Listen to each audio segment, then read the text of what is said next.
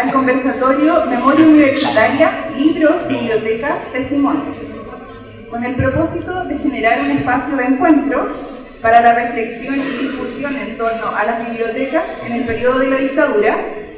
A 50 años del golpe militar no podemos avanzar sin dejar de mirar el pasado, pues la memoria es obstinada, se resiste a quedar en el olvido, insiste en su presencia.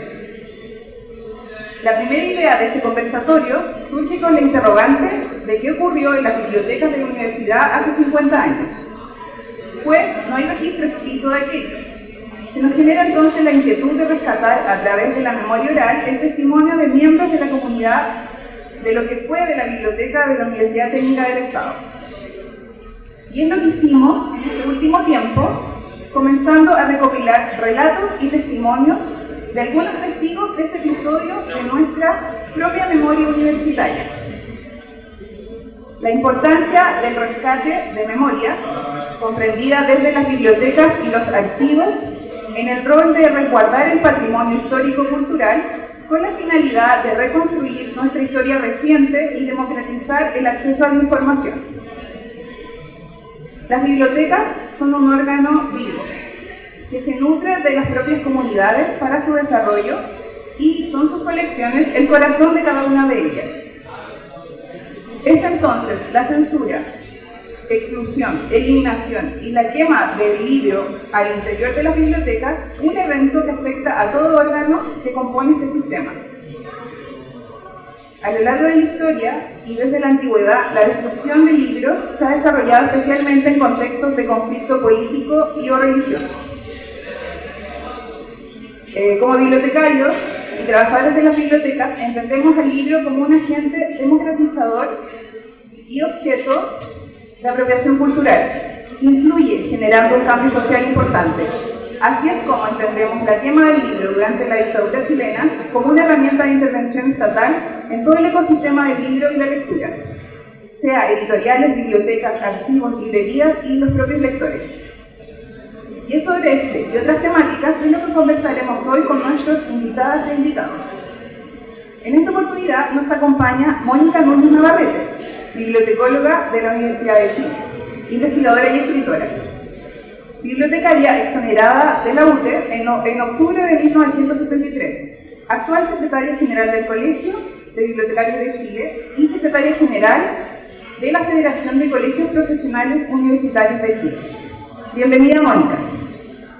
También nos acompañan los colegas María Angélica Rojas Lizama, bibliotecaria documentalista de la Universidad Tecnológica Metropolitana y máster en Metodología de la Investigación en Ciencias Sociales de la Universidad Europea Miguel de Cervantes.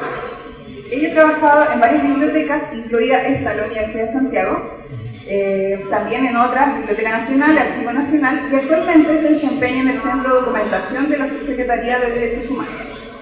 También la bienvenida a José Ignacio Fernández, bibliotecario documentalista de UTEM, máster también en Metodología de la Investigación en Ciencias Sociales de la Universidad Europea Miguel de Cervantes. Actualmente es encargado de investigación y coordinación de vinculación con el medio del Servicio Nacional de Patrimonio Cultural y forma parte del Consejo de Investigación del Servicio Nacional del Patrimonio Cultural desde el 2017. Ambos autores de la obra, El golpe al libro y las bibliotecas de la Universidad de Chile, limpieza y censura en el corazón de la universidad, editada el año 2015 por la editorial UTEM. Finalmente, nuestra última expositora es Catalina Saldaña Lagos, bachiller en Ciencias y Humanidades, licenciada en Historia de la Universidad de Santiago y doctora en Historia de la Universidad Católica de Chile. Actualmente ella se encarga de la documentación del Archivo Patrimonial de la Universidad de Santiago. Hoy nos comentará su visión de rescate en las colecciones de la editorial UTE. La moderación de este conversatorio estará a cargo de nuestro compañero de la Biblioteca de Matemáticas, el señor Francisco Bustos Naulín. Agradecemos a nuestro colega y los dejamos con ustedes. ¿Se escucha? ¿Está bien? Perfecto. No sé si se escucha ahí al fondo, ahí arriba. Ahí. Sí, está bien. Agradecer a las autoridades presentes y a los colegas y a los jóvenes también especialmente a los jóvenes. Sí, un poco más, o algo más fuerte. Sí, ahí, ya, con choque. Sí, más fuerte, que se escuche fuerte este conversatorio sobre este tema. ¿Por qué saludo a los jóvenes? Porque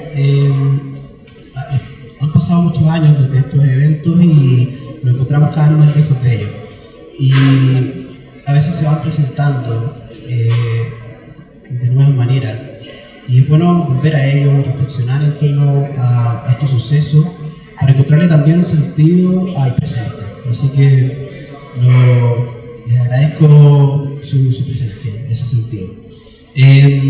¿Por qué conversar este tema de la quema del libro? Algo que parece tan accesorio cuando uno se refiere al régimen de Pinochet, en donde se detenía, se torturaba, se ejecutaba gente y se disponían los cuerpos simplemente se tiraban al mar.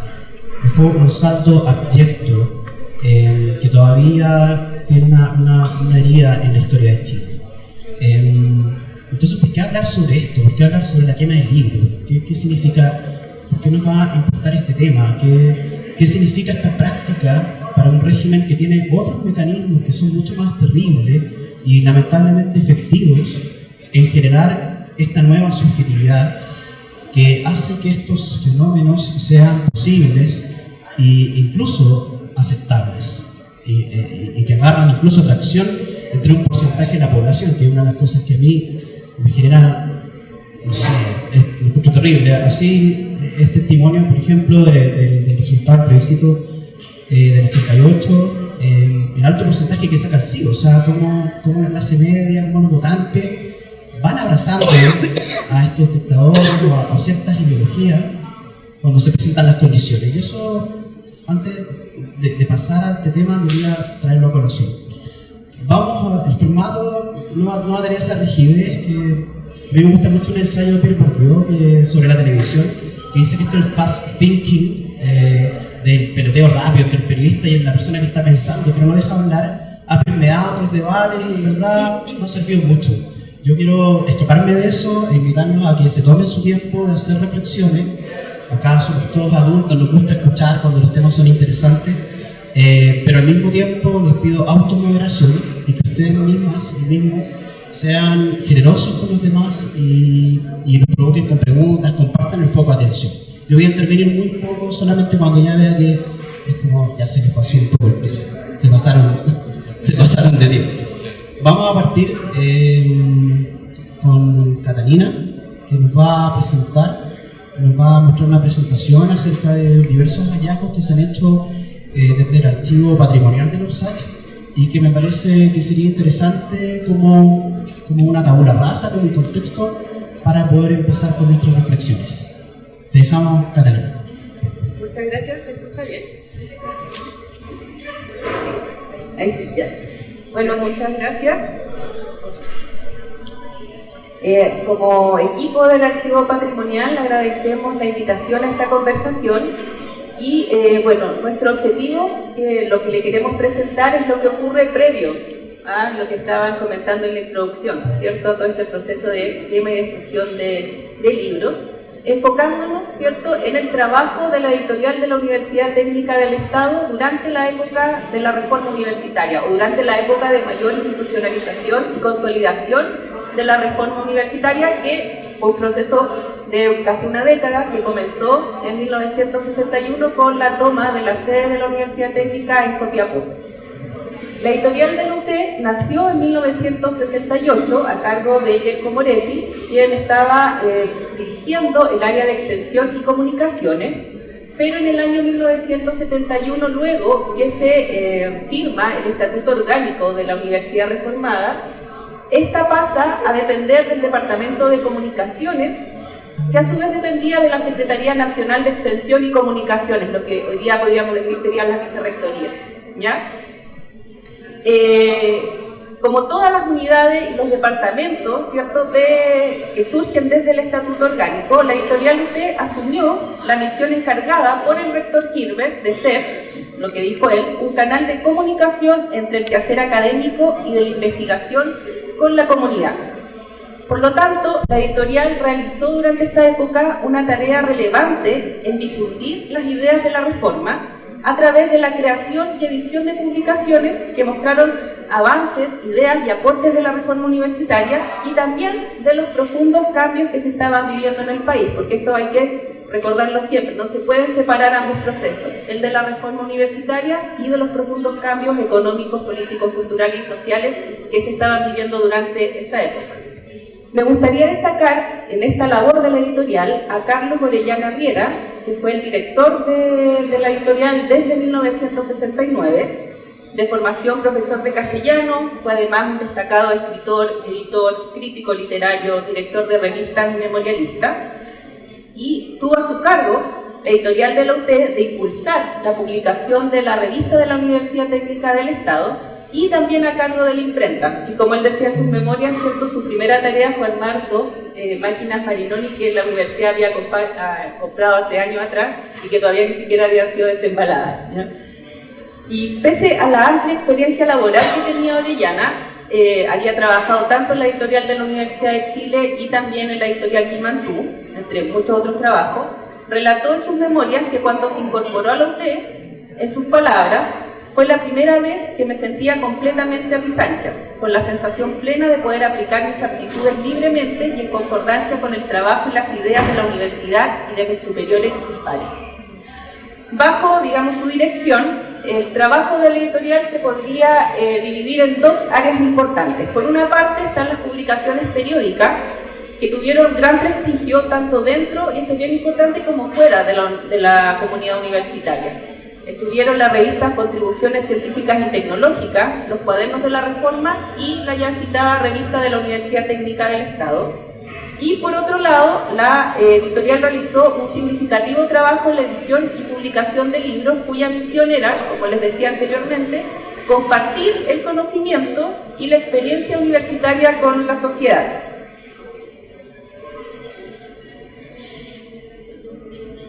Ahí están las portadas de la revista Contribuciones, que estuvo a cargo del Comité de Investigaciones Científicas y Tecnológicas de la Universidad y editada por la Secretaría Nacional de Extensión y Comunicación.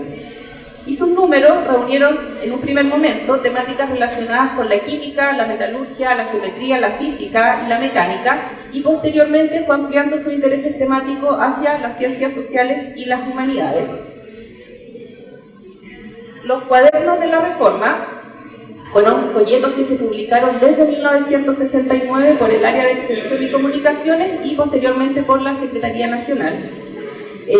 Su objetivo primero fue difundir dentro de la comunidad universitaria asuntos relacionados con las ideas que impulsaban la reforma. Actualmente el Archivo Patrimonial resguarda 4 de los 20 ejemplares que se publicaron. Entre los temas abordados por la publicación se pueden encontrar títulos sobre formación cultural y humanística de los estudiantes de ingeniería, noticias sobre la primera convención de grado de oficio celebrada en diciembre del 69, investigaciones científicas realizadas por la UT, funciones y estructuras del Departamento de Investigaciones, entre otros temas. El número 10, que es este de acá, que fue publicado en diciembre de 1971, es una publicación icónica de los Cuadernos de la Reforma, porque es la publicación del Estatuto Orgánico, que había sido firmado por el presidente Salvador Allende y por el rector Enrique Quirós.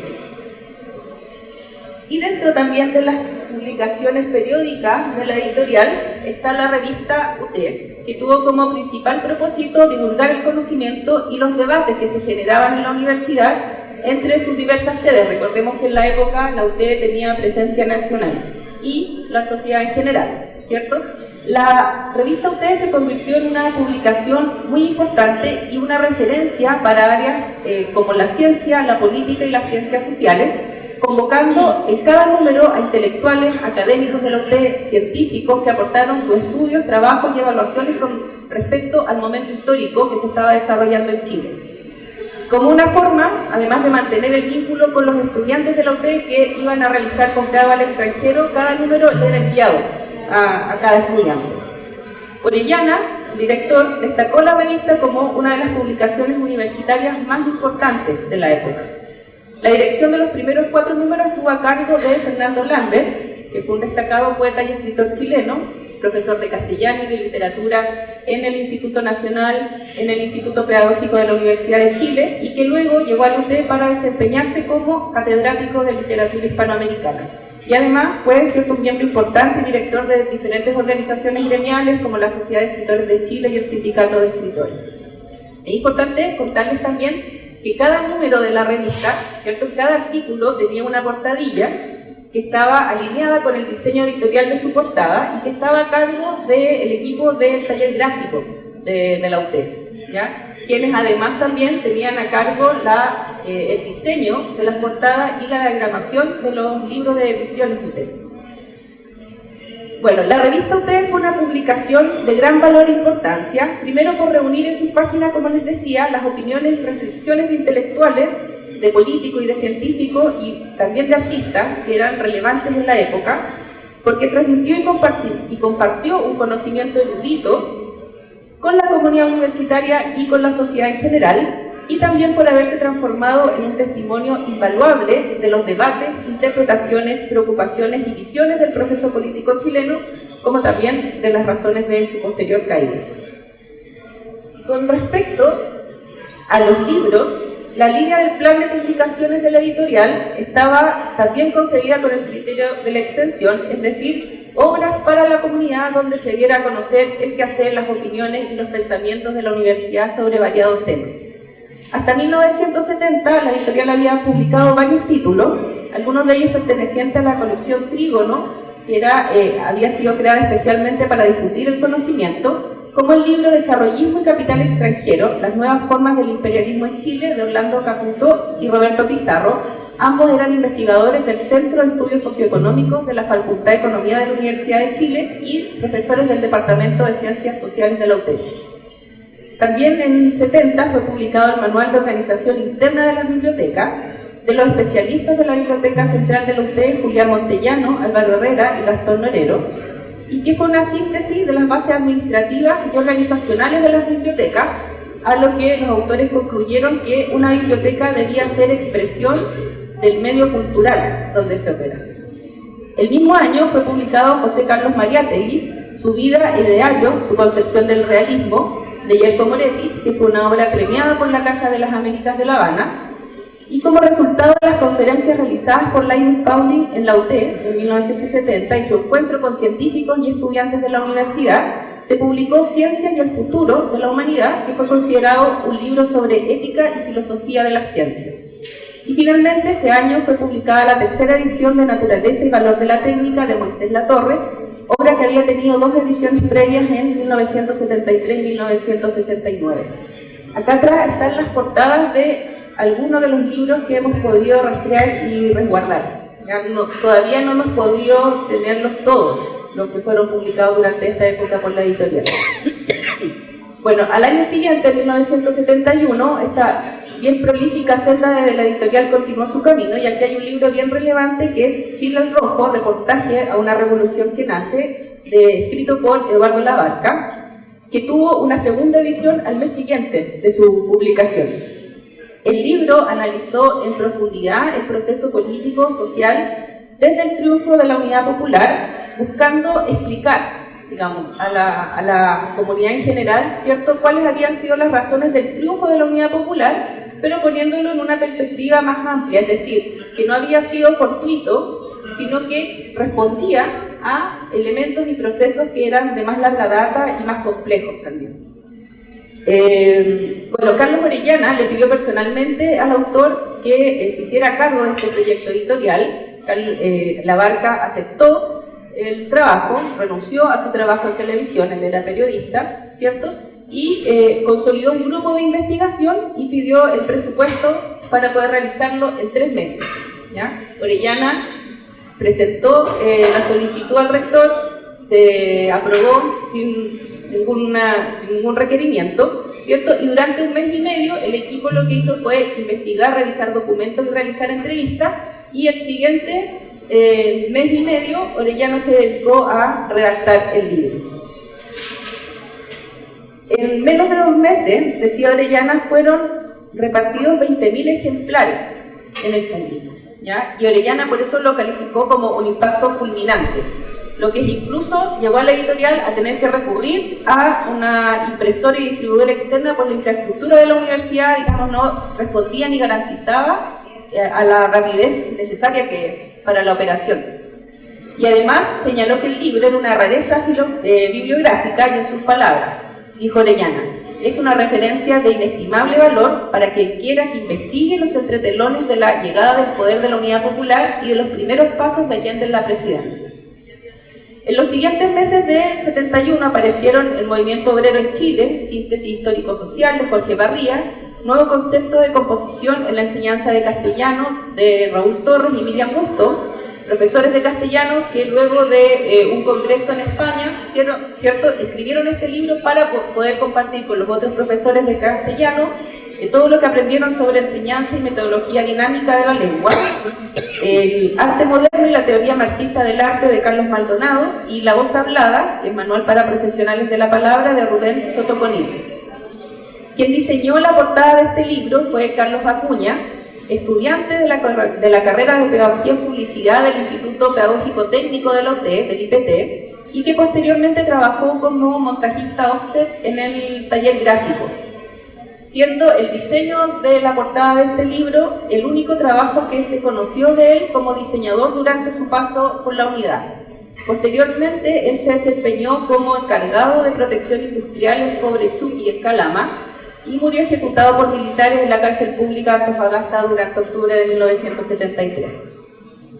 Y completaron el catálogo del 71 los libros Relato de un brigadista de Miguel García, un libro que fue prologado por Francisco Colane, y la editorial UT lo describió como una narración fresca y espontánea, con la vivencia a flor de piel, pues el autor, tal vez el primer escritor obrero que surge en este nuevo periodo de nuestro país, señalaron, relataba su experiencia como miembro de las brigadas Venceremos, Ramón Parra, y de la Comisión de Propaganda de las Juventudes Comunistas, tanto en la campaña presidencial de Allende como en el gobierno de UT. Y finalmente el 71, perspectivas de estructura y funcionamiento de la educación chilena durante el gobierno de la Unidad Popular, de los funcionarios del Ministerio de Educación, Waldo Suárez, Iván Núñez, Lautaro Videla y Jorge Peralta, que correspondió a la transcripción e informes del seminario realizado en la Cuarta Escuela de Verano en enero del 71. Al año siguiente fueron publicados Interpretación de resultados de análisis químico por el cálculo estadístico de Pedro Mladinich y Conferencias científicas, conceptos de enfermedad molecular, psiquiatría ortomolecular, estructura nuclear de Linus Pauling, libro que recogió la conferencia del Premio Nobel en la UT durante su visita en 1970, y Hombres de Mar, de Carlos Vega, que era un periodista y relacionador público de la sede de la UT en Punta Arenas. Durante el año 1969, la Universidad Técnica del Estado firmó un convenio con la Central Unitaria de Trabajadores, el famoso convenio CUT, que permitió la implementación de escuelas de nivelación, cursos, talleres y capacitaciones para trabajadores, y que era un convenio que también respondía a uno de los principales objetivos de la reforma, que era la formación de trabajadores y el acceso de la clase obrera a la educación superior.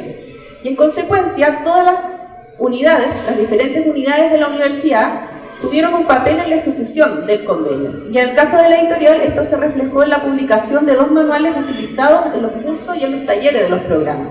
Uno de ellos fue Manual de Higiene y Seguridad Industrial, escrito por Hugo Murúa y Antonio Araya, y Accidentes del Trabajo y Enfermedades Profesionales de Patricio Ramírez, publicados en 1971 y 1972 respectivamente.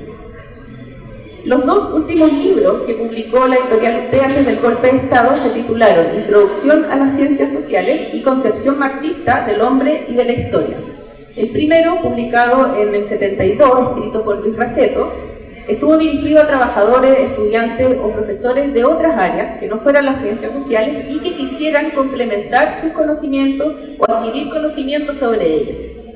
Por lo tanto, tuvo un lenguaje más bien sencillo, abordó temas como la objetividad, las relaciones entre la teoría y la práctica, el objeto y método de las ciencias sociales y el concepto de sociedad, por ejemplo. Y por sus características, según una nota que apareció en la revista Presencia UT, el libro tuvo una gran acogida entre los alumnos y los trabajadores. Y finalmente, el libro Concepción Marxista del Hombre y de la Historia de Víctor Ávila, que fue publicado en 1973.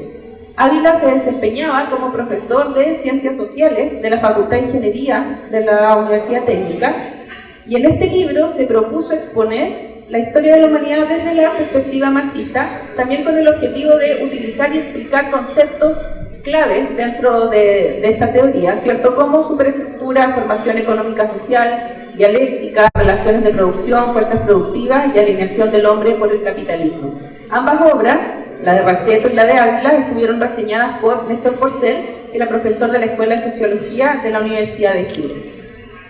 Bueno, como les decía, ¿cierto? Actualmente la mayoría de estos libros están desperdigados por varias bibliotecas públicas y universitarias. El área de documentación del archivo patrimonial, luego de realizar un catastro de las publicaciones que se publicaron en esta época, pudo ubicar la existencia de varios de ellos y revelar los datos editoriales con el objetivo de reconocer a las personas que estaban detrás de este trabajo, de cada edición, de los autores, los editores, reseñistas, los diseñadores, diagramadores, etc. Y bueno, tanto los libros como las publicaciones periódicas de la editorial fueron finalmente, como todo el trabajo, creo yo, que se hizo en la universidad durante esa época, una muestra del espíritu de la reforma que impregnó todo el quehacer universitario y que tuvo su norte en crear y difundir, en el fondo democratizar el arte y el conocimiento científico de alto nivel, conocimiento político y conocimiento artístico a la sociedad completa, a partir de un trabajo que fue muy disciplinado, colaborativo y riguroso, y al mismo tiempo comprometido y alineado con las transformaciones políticas, económicas, sociales y culturales que contenía el programa de gobierno de la Unidad Popular.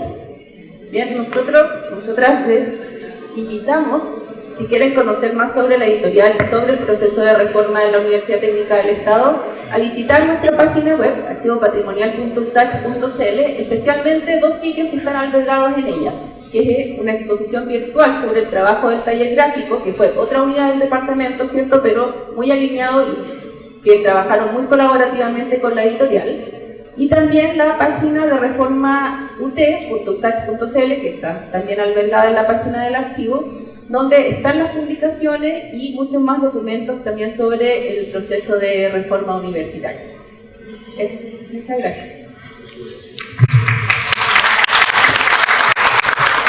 Es inevitable continuar con la señora Mónica Núñez. Sí, en tanto testigo de los tiempos a los cuales nos estamos refiriendo, usted nos podrá aportar ahora quizá una mirada más íntima, más cercana, anecdótica y digamos de los hechos que nos referimos. Por favor, Mónica. Bueno, creo que primero debo decirle que después de casi 50 años de...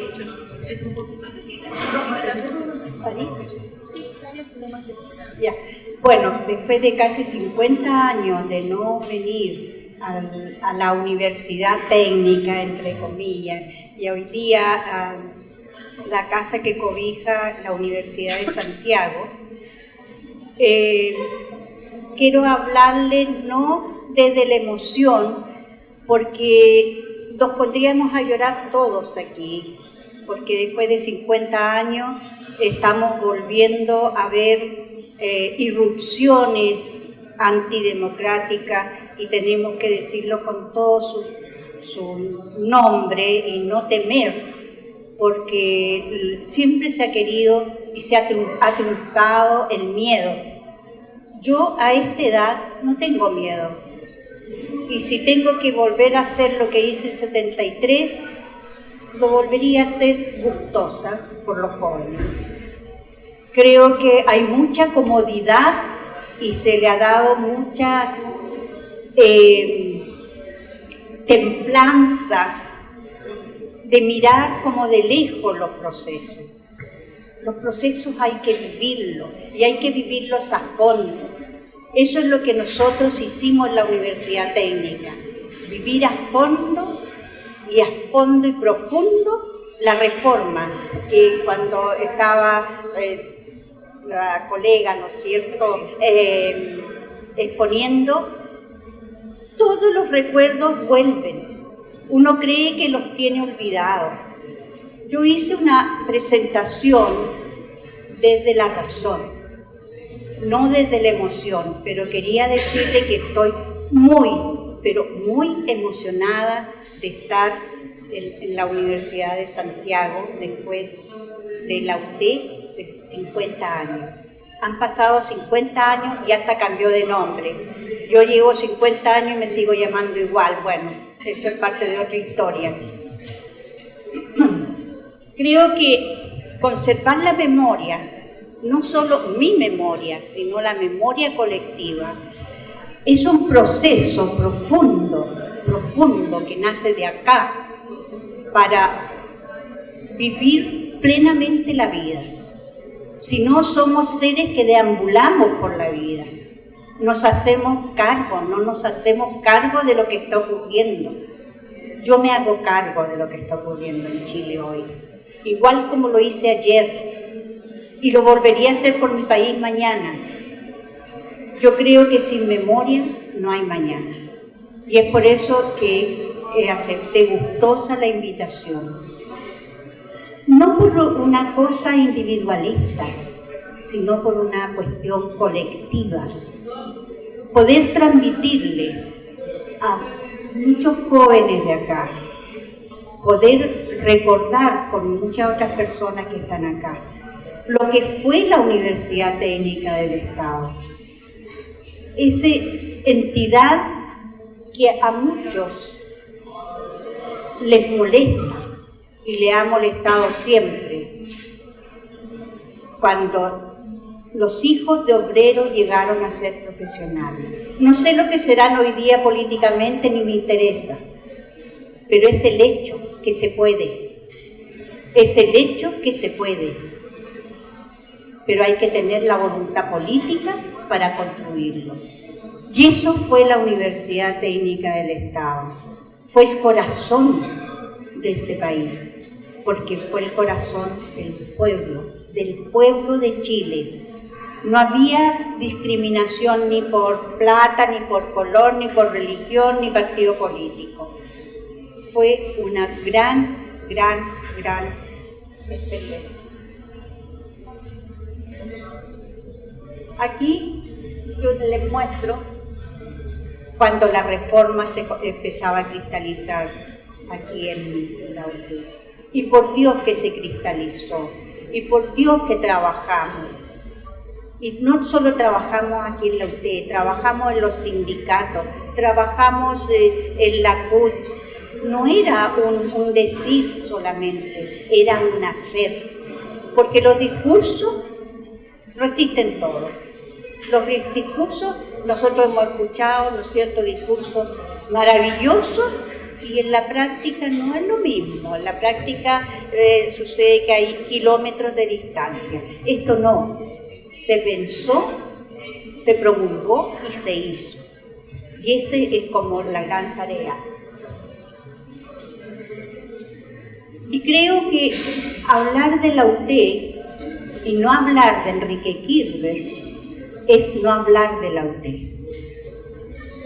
Enrique Kirchner fue el gran constructor porque tenía un equipo de trabajo que lo acompañó en todas, y era un excelente equipo. Era cercano, era preocupado del quehacer, pero más allá del quehacer, de la menudencia, de como ahora no se gastaron 5 pesos o 1000 pesos, que es de todo. No, se hizo pensando en el país, se hizo pensando en los jóvenes, se hizo pensando en el futuro. Pero eso no le gusta a algunas clases sociales, no les gusta. El futuro siempre lo tienen que señalar ellos. Aquí tenemos, nosotros cuando estuvimos en la biblioteca, fue en las bodegas del Tattersall.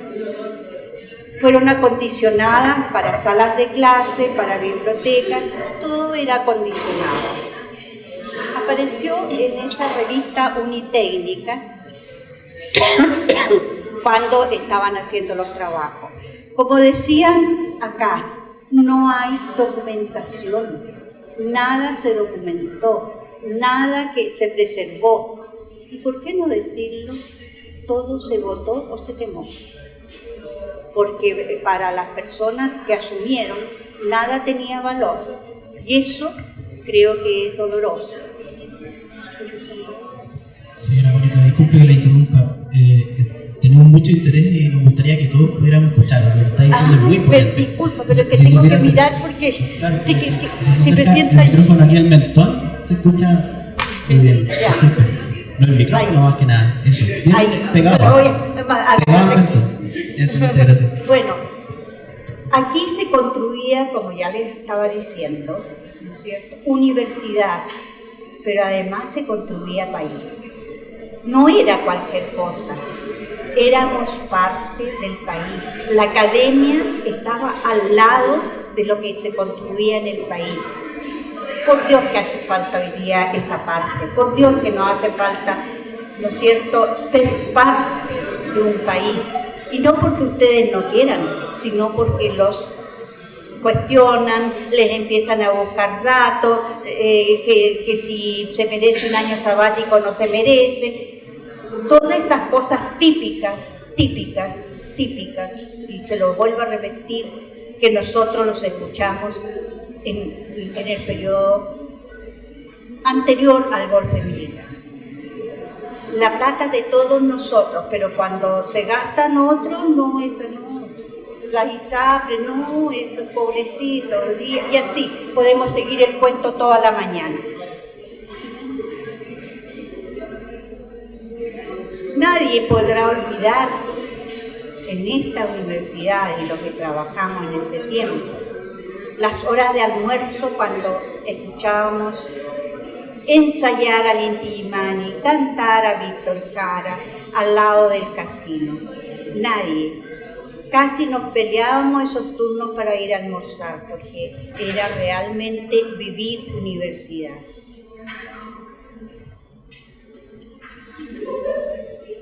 Esto yo creo que es importante en el sentido de que cuando los hijos de obreros llegaron a la universidad y nosotros lo vivimos en la biblioteca porque se amplió los turnos hasta las 12 de la noche.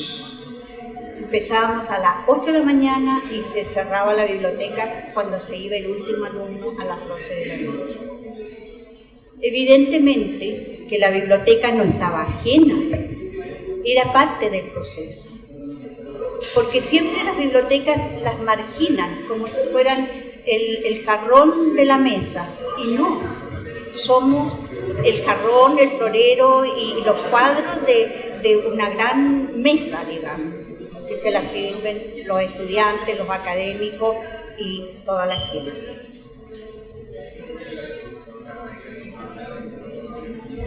Esto seguimos, ¿no es cierto?, reiterando cómo estábamos todos involucrados en los trabajos voluntarios, no solo los que trabajamos acá, sino los estudiantes. Los estudiantes eran la gran masa que participaba de este trabajo voluntario.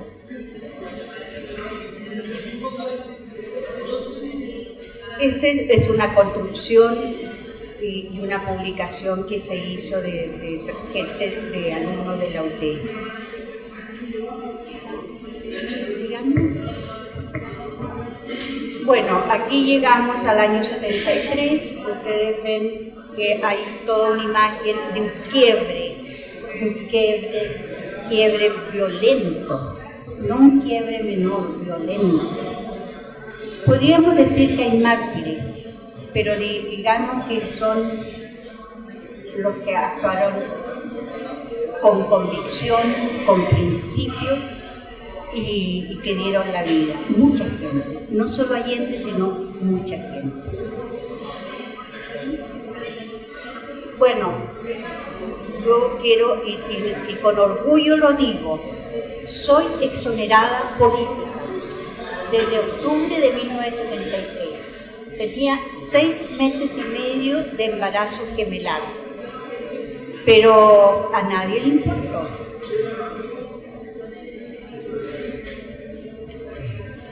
El miedo. Aquí yo quiero detenerme un poco en el miedo y el enemigo imaginario, el plan Z, que los iban a matar a todos. Y fue al revés. Pensémoslo un poco. Fue al revés.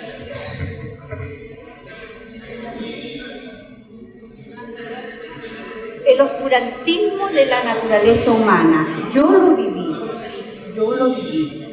Revanchismo, traición, horror, delación. ¿Qué cosa más terrible delatar a otro? ¿Qué cosa más terrible cuando estamos frente a la vida y la muerte? Nadie podía saberlo. Y después, no, pero si todos éramos comunistas, así que no importaba si nos mataban. Deshumanización. Deshumanización es enviar una carta a la rectoría de esta universidad intervenida por militares y decir que yo era una casi terrorista. Segregación. Nosotros éramos gente de segunda clase o de tercera. ¿Por qué íbamos a pedir trabajo? Éramos comunistas. No importaba nada. No teníamos derecho a comer en nuestro país. Crueldad y tortura. Eso hay cosas a que preguntarle a los que estuvieron detenidos solamente. Creo que no pueden decir una palabra porque el terror vuelve, aunque ustedes no lo crean. El terror vuelve. Pero fíjense cosa curiosa. A mí, al revés, hay que seguir luchando. Queremos un país mejor, queremos un país que sepa que vive en su país y no que vive en un país prestado de 10 familias que son dueñas. Eso es importante tenerlo claro. Y que cuando se estudia en la universidad, se vive pagando después, hasta 10 años después de ejercer. La universidad era gratis.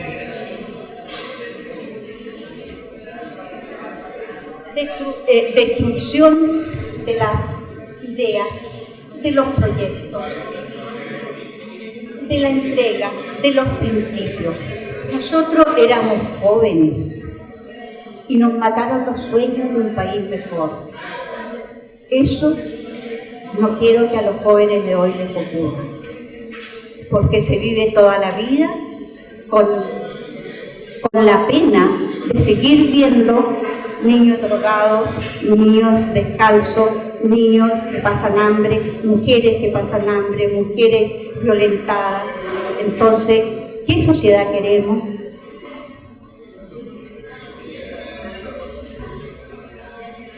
Esto es una idea más académica de todo lo que explica el quiebre, ¿no es cierto?, de la democracia. El poder total, supresión del Estado de Derecho. Y ahora que todo el mundo, ¿no es cierto?, la supresión del Estado de Derecho, se saca una ley y se corre a decir que esa ley es inconstitucional. ¿No es cierto que estamos como en un país un poquito patas arriba? Sigamos. Se destruyó país y se construye la exclusión. ¿Qué quiero decir con eso? Que realmente cuando se destruye país, ¿no es cierto? No, el Estado es pésimo manejador de empresa, es pésimo manejador de todo. Pero cuando los privados quiebran, sucede que el Estado tiene que salvar. porque ¿cómo vamos a pagar las grandes vacaciones, las grandes empresas que tienen fuera del país, las 10 familias más importantes? Creo que nosotros ahora casi es como una anécdota el bombardeo a La Moneda.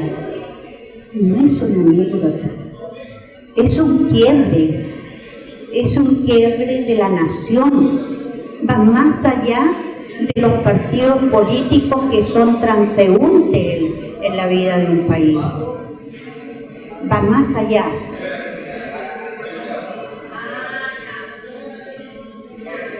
Uno de los objetivos primeros después de La Moneda fue la Universidad Técnica del Estado.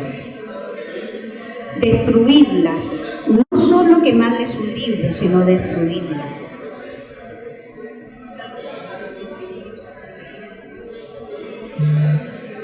Borrar la memoria era la consigna. ¿Por qué digo eso? ¿Sí? Represión, censura, libros en cautiverio, libros secuestrados, libros detenidos, libros desaparecidos, libros asesinados. Es una analogía que no quiero dejar pasar. Eso se tradujo en la quema de libros, la memoria de la ceniza y la cultura del cautiverio. Yo creo que cuando yo estoy hablando de libros en cautiverio, ya todos o los que somos bibliotecarios sabemos lo que significa. Y los libros secuestrados, ni decirlo, porque más que secuestrados fueron saqueados de las bibliotecas, y que acá en la técnica también fue así, pero que se escondió y se dijo que eran, ¿no es cierto?, dados de baja porque no servían, etcétera, etcétera. Sí.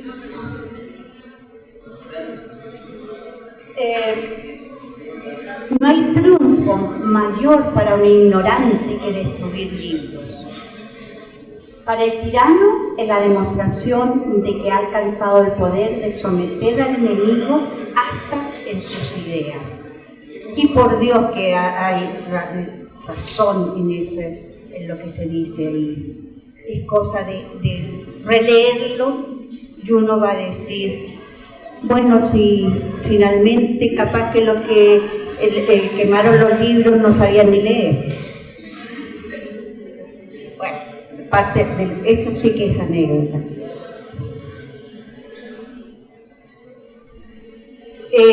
Yo creo que cuando a veces hay gente que dice de nuevo la historia de la dictadura, de nuevo, no, es parte de la historia, es parte del vivir, es parte cuando te quitaron la dignidad. Eso es tan importante decir, nos quitaron la dignidad. Yo tenía 23 años y nos quitaron la dignidad. Eso duele y va a doler hasta el día en que me muera. El derecho a vivir en tu país. Los niños se dan cuenta, hubo niños fusilados, hubo niños que fueron muertos. Y las personas, ¿cuántas personas fallecieron? ¿Cuántos obreros dieron la vida? ¿Cuántos intelectuales dieron la vida? ¿Cuántos Víctor Jara dieron la vida? O sea, no es menor.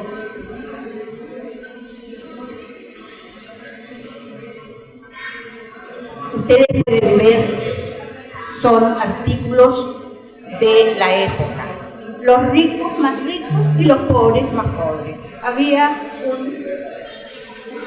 un libro sobre la pobreza y había otro sobre la riqueza y todos felices y muertos de la risa. ¿Ya?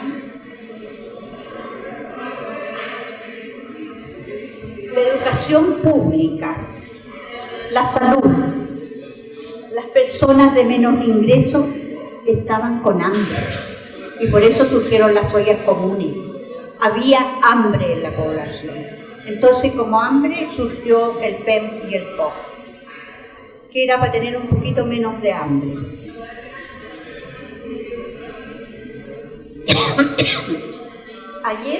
Ayer en la calle reclamando por la cultura, los actores, los escritores, también algunos bibliotecarios, toda la gente que tenía que ver dentro de lo que era la cultura.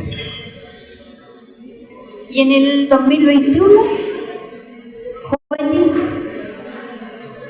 reclamando por la calidad de la educación. La educación que se paga es buena calidad, pero la educación que no se paga es mala calidad. Hay que decirlo con todas sus letras. Y eso no puede ser en un país, porque eso es el pilar. Un pueblo no educado es un pueblo que no va a respetar nada. A veces hay mucha gente que tiene títulos, pero son mal educados. No aman este país, aman su bolsillo. Así que no nos equivoquemos.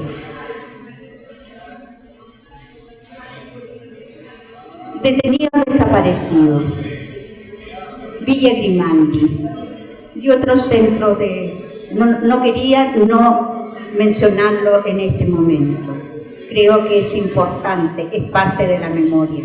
Y es parte de esa memoria que no es eslogan político, es gente que no está, es gente que debiera estar y no está.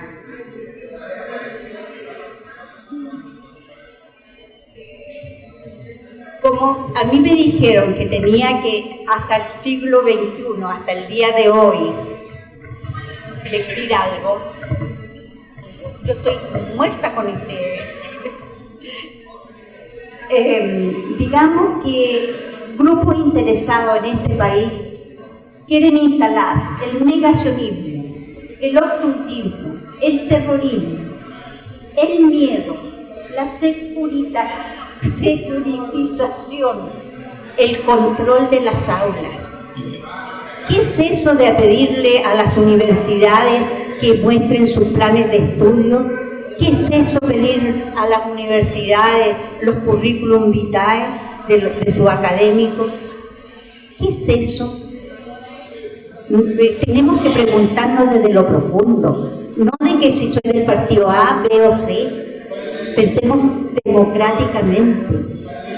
Y las bibliotecas tenemos mucho que decir en eso porque somos un lugar privilegiado de cultura. Somos el lugar democrático de la sociedad. Todo está ahí. Todo.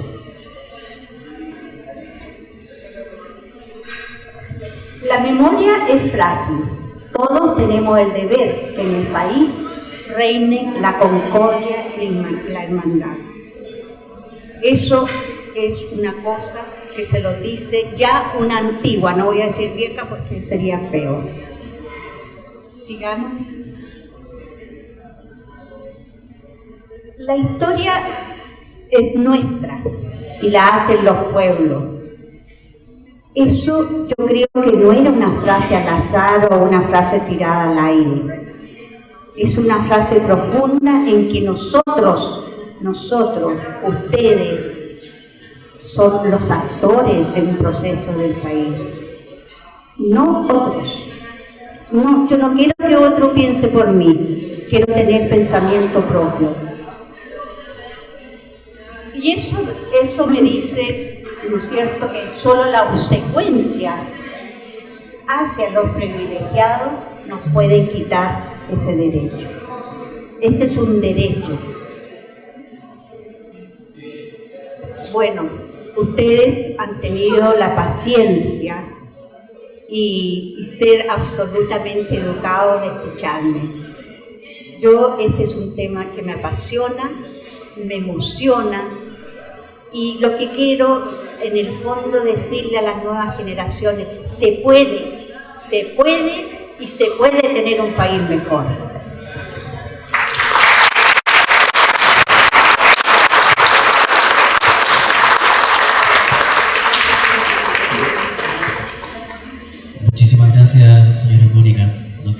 a profundas reflexiones y sensaciones también. Todos nos llevamos un poco de lo que acaba de contarnos, conectarlo también con cosas que uno permanentemente o a veces estudia, pero escucharlo de usted me da esa vehemencia, esa pasión, ese tenor que es necesario que estos temas tengan.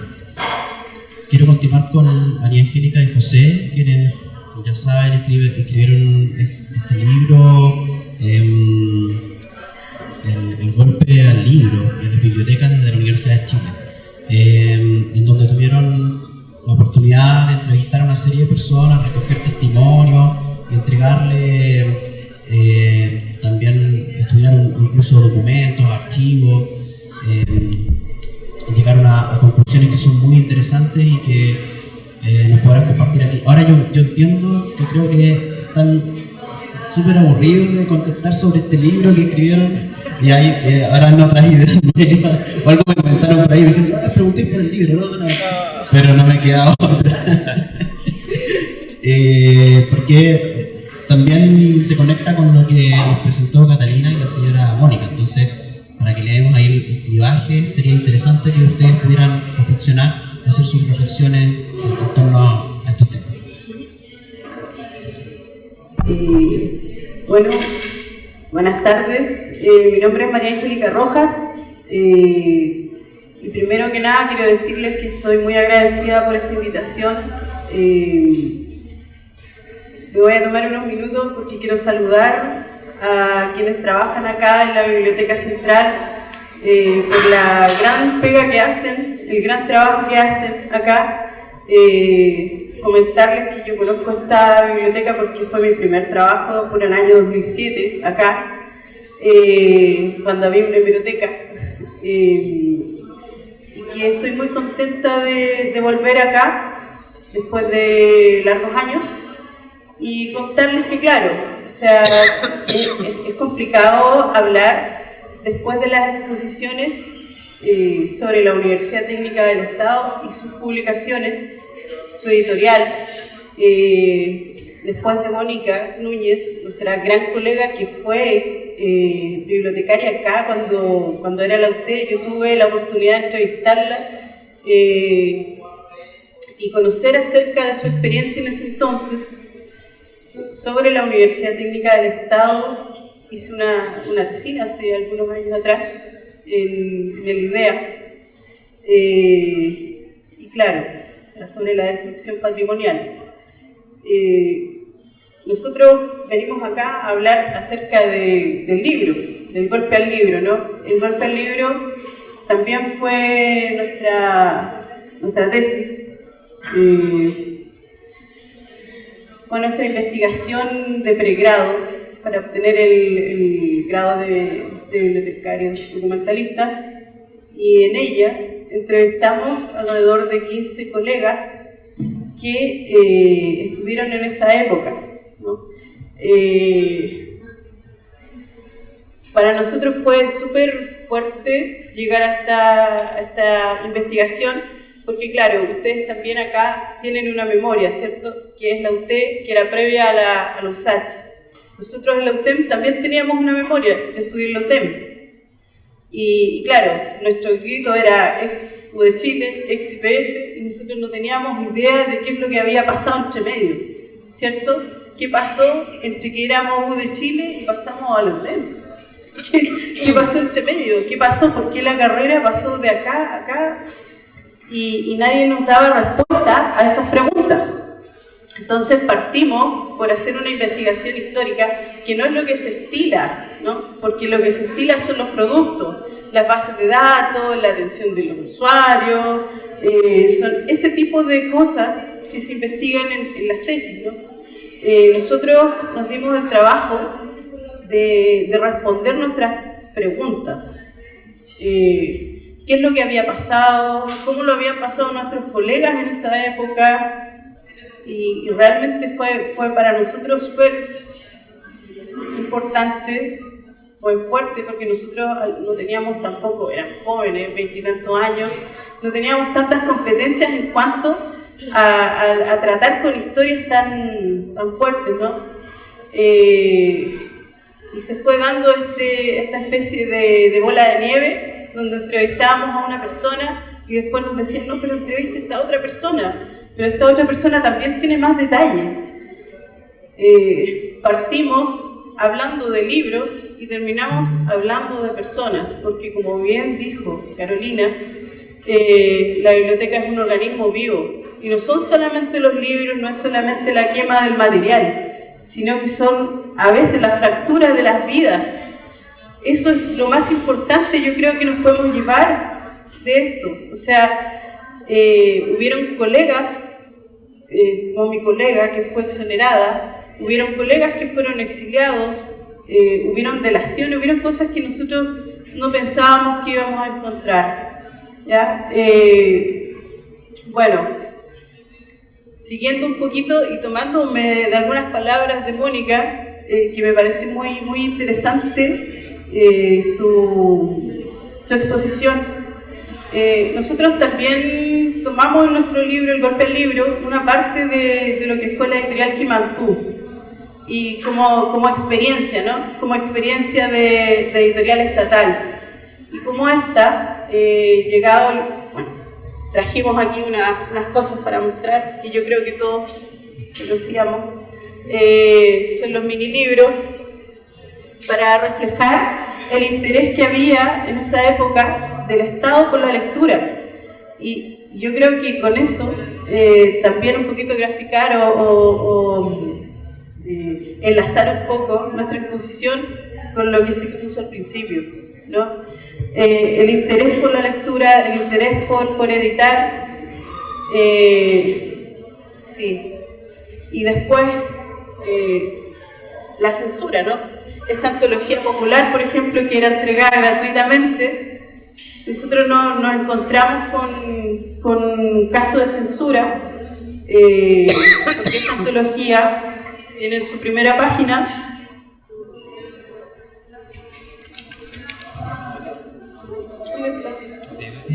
sí, aquí. Tiene una dedicatoria al presidente Salvador Allende, ¿no? Esta dedicatoria era destruida, fue mandada a quemar, se sacaba esta primera hoja. ¿Ya? Para nosotros cuando llegamos a investigar sobre la quema de libros y sobre nuestros colegas, claro, ahí llegamos a saber que en la Universidad de Chile estaba la carrera de bibliotecología, que había sido fundada en los 60, que había tenido un director de escuela que había sido elegido democráticamente, y que después todo eso, hubieron carreras que se sacaron desde la Universidad de Chile y que pasaron al Instituto Profesional de Santiago, ¿cierto? Que era mi carrera de bibliotecología, arquitectura, trabajo social, contador auditor y varios más. Junto con ella también se exoneraron a personas que trabajaban en la Universidad de Chile. Nosotros llegamos a entrevistar a la hija de María Bustamante Sánchez, quien fue la directora de la biblioteca del Instituto Pedagógico, y quien también nos contó un acto de resistencia que ella tuvo en ese entonces, que fue volver a la biblioteca el día del golpe y sacar a las personas de ahí en su auto. Nos encontramos con hartos actos de memoria, y claro, nuestra tesis ya dejó de ser solamente una tesis y empezó a responder preguntas de otros. Entonces decidimos convertirla años después, nuestra tesis fue el 2007 y decidimos convertirla en libro el 2015. O sea, pasaron largos años y entre medio muchas más entrevistas. Entonces, lo que nosotros en el fondo quisimos plasmar fueron las experiencias de nuestros colegas, las experiencias a veces no tan buenas de nuestros colegas, y contarles que esa historia sí existió, que no es solamente la historia de los triunfos, la historia de las bibliotecas como algo maravilloso, y sí lo son, como una entidad democrática que son, pero también existió en ellas la censura, también existió en ellas oficios que pedían sacar libros de norte a sur de un premio nacional, por ejemplo. Nosotros lo mencionamos en el libro también, personas que pagaron por ello, por no haber sacado de sus bibliotecas esos libros. Y ahí hacemos el paralelo con lo que decía Mónica, ¿no? Del libro Hombre, ¿cierto? Que su destino es paralelo y quemarlo, es como matar, es parecido. Yo quiero dejarlos hacer esta pequeña introducción, no quiero cansarlos tanto tampoco, y me gustaría dejar a mi colega José para que también les contara acerca del libro.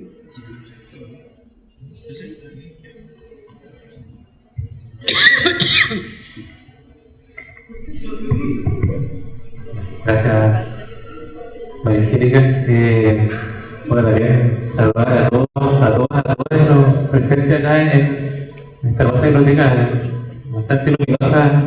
Me decía María Angélica, luminosa como un poco es quizás el rol que cumple la biblioteca, o como también se veía el libro en un momento, como decía Bernardo sobre Jesús, bajo una matriz iluminista. Y claro, nos toca conversar a 50 años de golpe de Estado, quizás de algo no tan luminoso como este periodo oscuro de nuestra historia, que lamentablemente, como bien decía Mónica, también pareciera, y teniendo en cuenta los colegas cuando nos invitaron a este conversatorio, pareciera que los tiempos nos muestran que, claro, que estos peligros parece que todavía estuvieron presentes en este tiempo, que el negacionismo está teniendo un auge, que los sectores que perpetraron estas velocidades pareciera que estuvieran más fortalecidos que nunca, y ahí, claro, como dice Walter Benjamin, son los riesgos de este presente quizás los que nos convocan a la memoria. Eso me parece muy significativo, estar acá y hacer este ejercicio colectivo.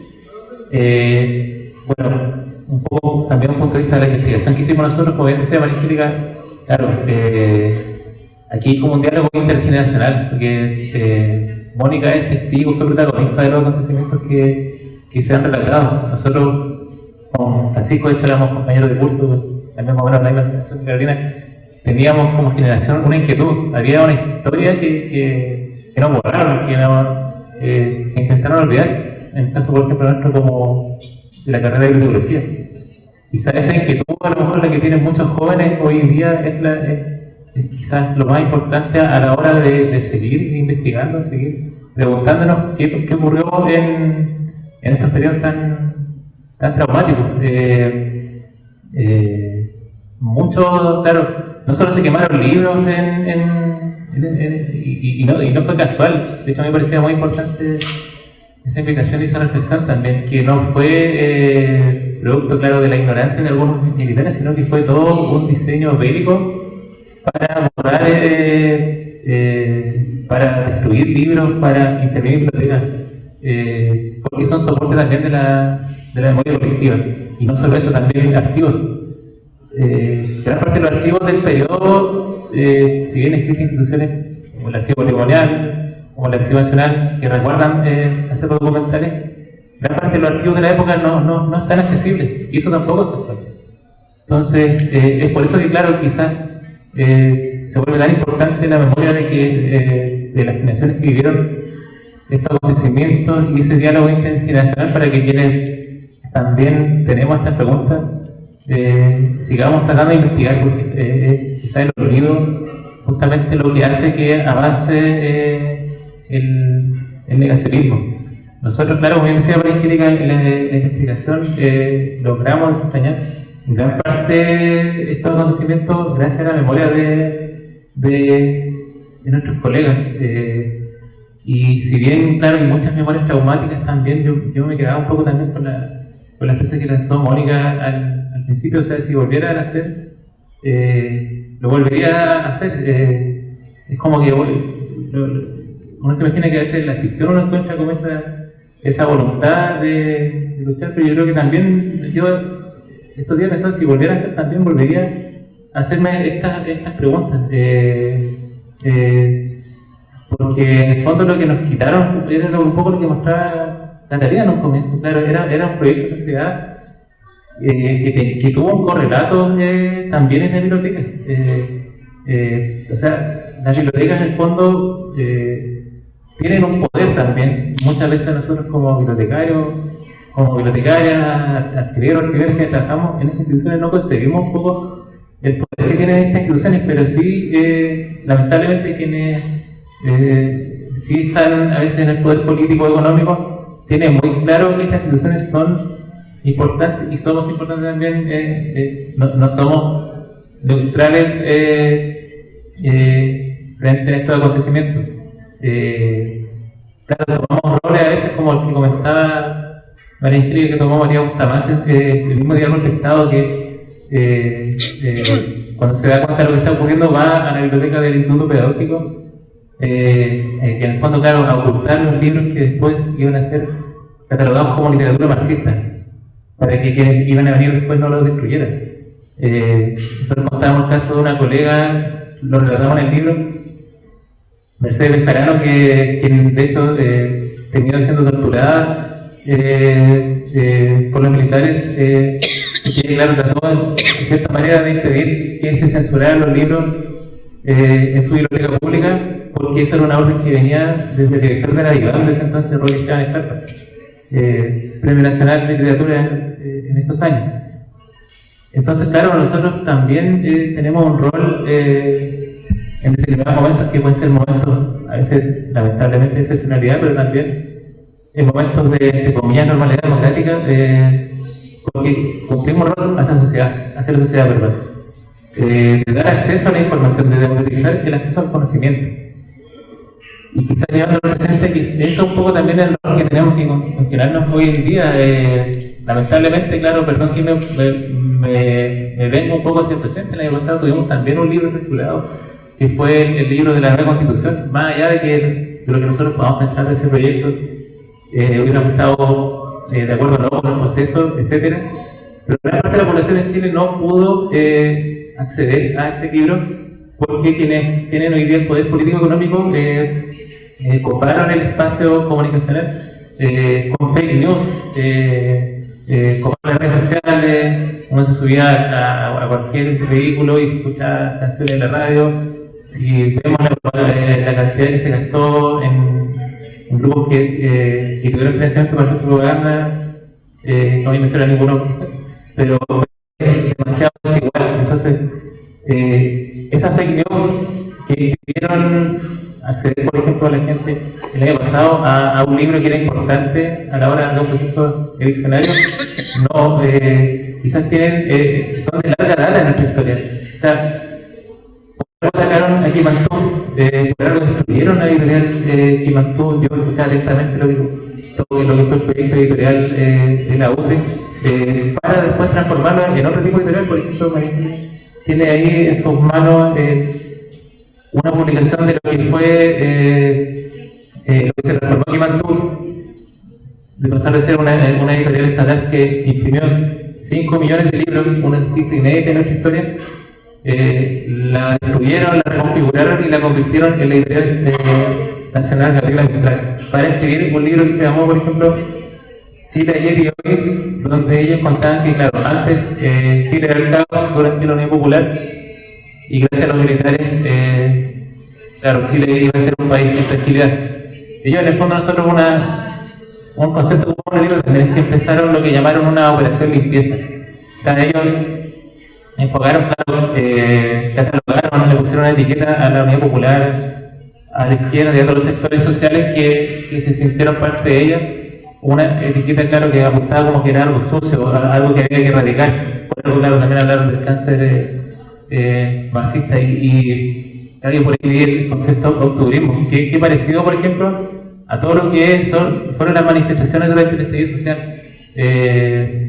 todas esas murales y toda esa expresión popular que incluso los trabajadores de la Biblioteca Nacional en su momento llamaron a no borrar incluso los rayados en la biblioteca, porque eran una manifestación del pueblo. Bueno, nosotros también vivimos una operación limpieza quizás en el presente, después del 2019, y que lamentablemente se tradujo quizás en el resultado plebiscito. Esa es una de las explicaciones obviamente desde mi expertise, desde mi ámbito profesional, con respecto, claro, al acceso a la información, y quizás un poco lo que decías tú, Francisco, en cuanto a la adhesión que a veces logran, lamentablemente, ideas autoritarias.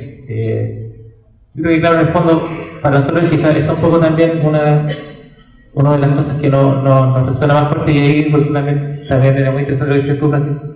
No me ocurre hablar del libro, porque estos temas están muy presentes. Lamentablemente, nosotros hablamos que esto viene incluso desde la colonia. La censura es parte un poco de nuestro ADN como sociedades. Hay sectores de nuestra sociedad que son profundamente autoritarios. Incluso nuestros pueblos originarios fueron censurados a través de la imposición de un lenguaje. Ellos tenían otra forma de registrar la memoria, y también nuestra nación nace quizás un poco con la censura. Entonces, por eso también es importante hablar de estos temas. A nosotros nos encanta que nos inviten, y como bien decía, para nosotros quizás por eso fue tan importante, claro, la memoria en esta investigación, porque aún queda, lamentablemente, los que han estado en el poder se han hecho cargo de borrarla de nuestras bibliotecas, de nuestros archivos. Y bueno, nuestra disputa quizás justamente como colegas, como profesionales, como trabajadores de estas instituciones, es no ser neutrales y en el fondo cumplir ahí nuestro rol social. Solo agradecer que nos inviten a estar con colegas tan notables con hacer investigaciones como la que comentaba acá en el archivo patrimonial, y ojalá, bueno, esta distancia en este año se multiplique, y en el futuro obviamente se multiplique. Solo eso, muchas gracias. Qué importante lo que dice José.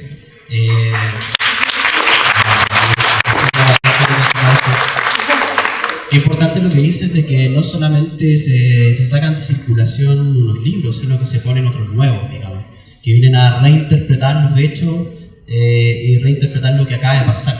Ahí tú citaste a Walter Benjamin, yo también lo voy a citar, porque todos lo citamos, está muy de moda de nuevo citarlo, que dice: cuando te matan a ti, no solamente te matan a ti, sino que matan a todos tus muertos. Y un poco esto de reescribir.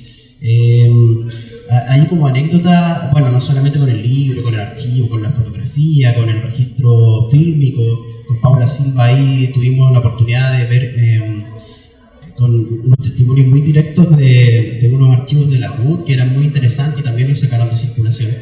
Pasó también con el disco vinilo. Por ejemplo, IRT en Chile grababa Los Jaivas y grabó un tremendo artistazo brasileño, psicodélico, que era Manduca, que tenía un disco con Los Jaivas. De hecho, grababan hasta Golito y su combo.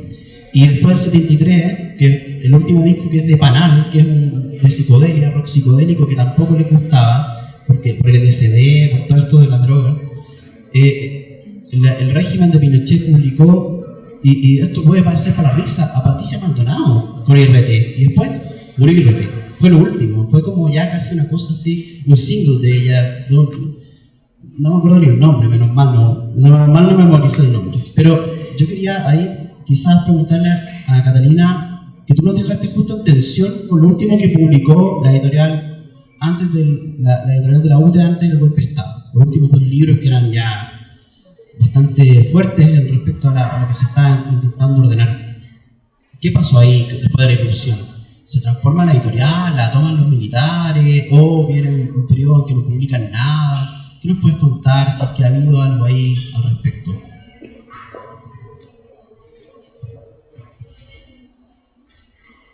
Sí, bueno, retomando lo que tú decías, claro, yo quise nombrarles todos los títulos porque los títulos nos van dando bien la línea editorial y también son un reflejo de cuál era el proyecto de la editorial, de la universidad, etc. Bueno, entre paréntesis, algo que recordé con lo que decía Mónica y después los compañeros, es que una muestra de cómo desaparecen también todos los archivos, todos los libros, las revistas, es que la gran mayoría de lo que nosotros resguardamos en el archivo, que es de esta época, es producto de donaciones, de personas que en un acto casi de valentía para la época guardaron, ¿cierto?, algunos ejemplares de revistas o afiches, etcétera, y después los donaron al archivo, pero nada proviene de la universidad, porque aquí no quedó nada, digamos, de esa época.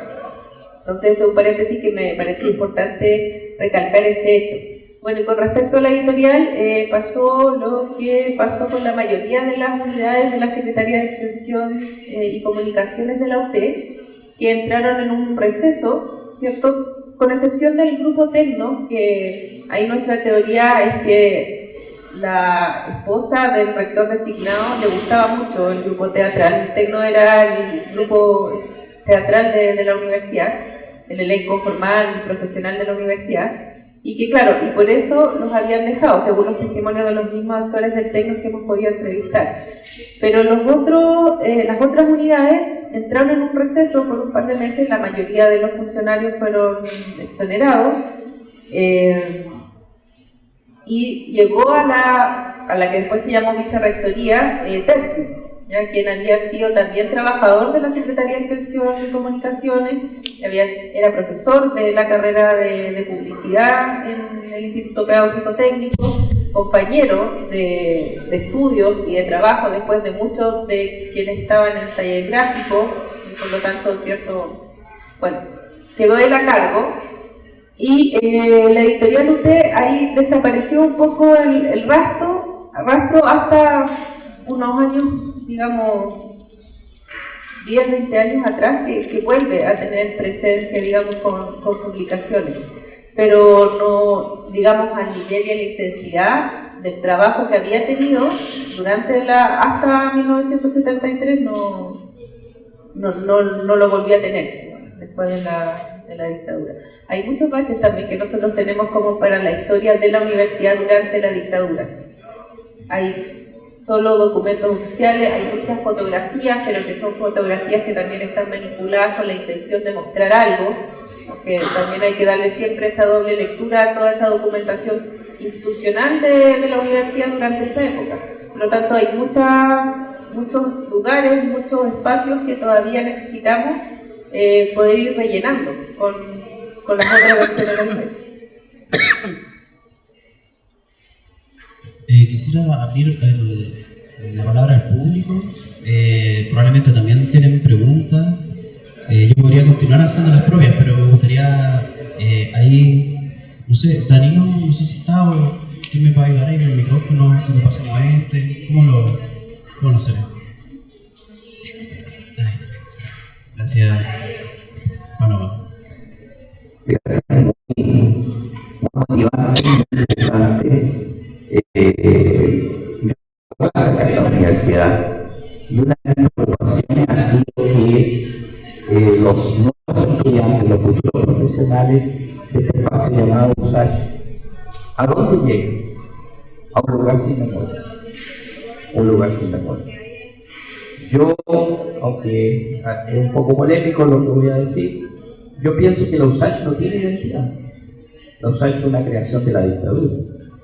Hasta el nombre que fue puesto, para eliminar completamente de la raíz, como dice un poco acá la colega Mónica, lo que significaba la Universidad Técnica del Estado. Y el problema es que cuando los estudiantes llegan acá a una universidad sin memoria, se quedan solo con los conocimientos, con los saberes, con, entre comillas, técnicos del momento, y con una mirada exclusivamente centrada en pasar rápido por aquí, titularse e ir al mercado laboral. Pero se pierden de lo que es una experiencia universitaria.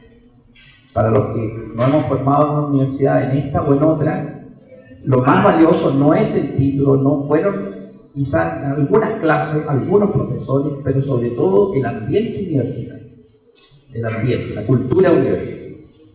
Y yo creo que ahí labores como la que hace el archivo patrimonial local es tremendamente relevante, pero aún no llega totalmente a la universidad.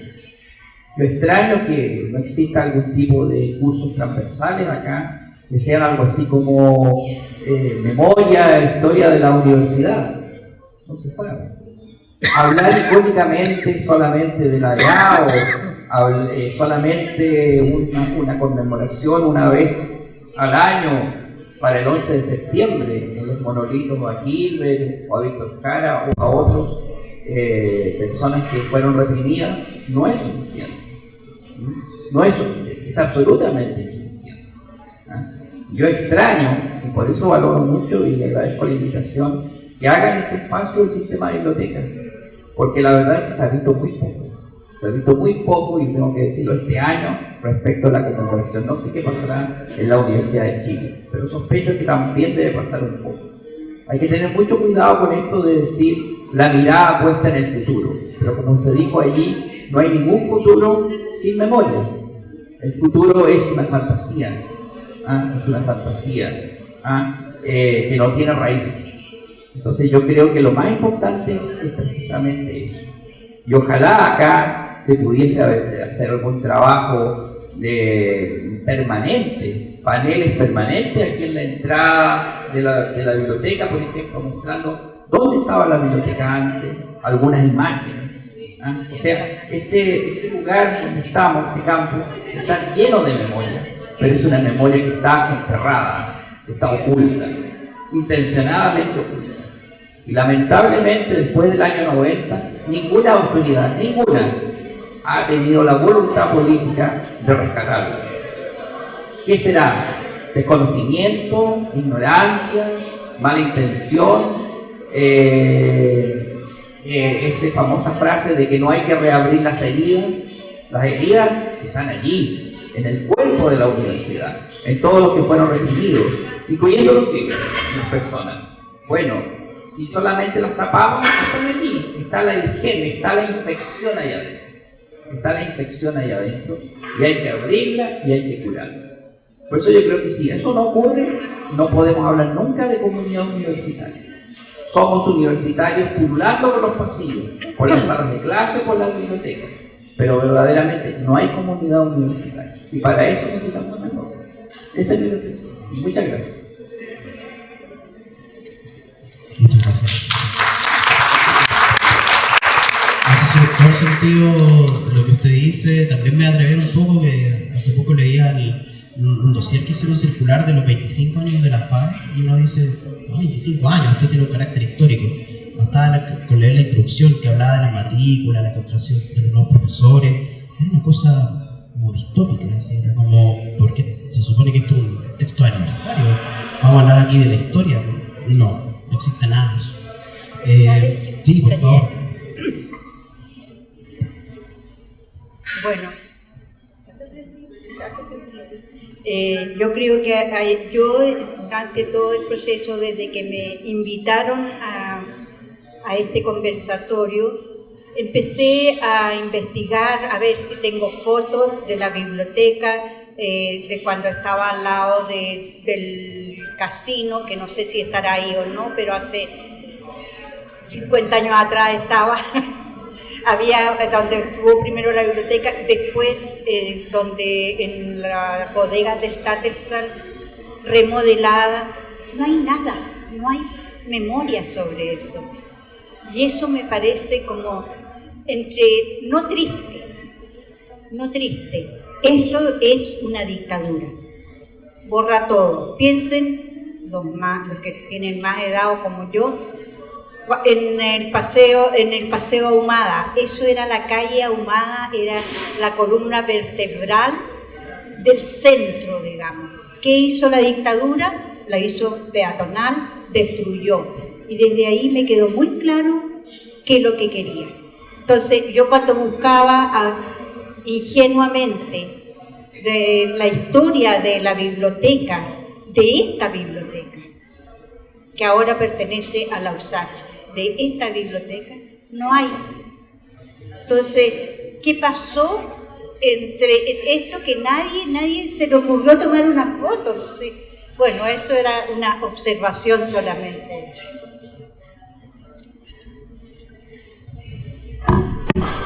Sí, un comentario que me surgió también a partir, claro, lo que dice, ¿no?, de lo que dice el profesor. Justamente es lo que nos mencionaba María al comienzo, la inquietud que tuvimos nosotros como estudiantes para hacer la investigación, o sea, no ocurrió lo mismo. Llegamos como universidades sin historia, sin memoria, o sea, como bien decía María Angélica, la bibliotecología fue una carrera desterrada de la Universidad de Chile. Hay 4 carreras que fueron, entre comillas, claro, sacadas del rango universitario por la dictadura: bibliotecología, trabajo social, contador, diseño, creo que era cartografía, claro. Geografía. Y geografía, claro, y después con eso se constituyó el IPS en los años 80, cuando se divide después la Universidad de Chile y también la UTE, todo lo que eran las sedes regionales producto de la ley general de universidades. Pero, claro, uno muchas veces cuando nos empezamos, uno decía, no, sí, ¿qué van a encontrar si no hay nada, no queda nada? Me pasó incluso cuando fui al pedagógico, que era donde originalmente estaba nuestra escuela, porque andábamos buscando el lugar donde había trabajado María Bustamante, donde había estado la biblioteca central del pedagógico, por ejemplo, y había personas que nos decían, académicos del presente, no, si ya no queda nada, olvídate de eso.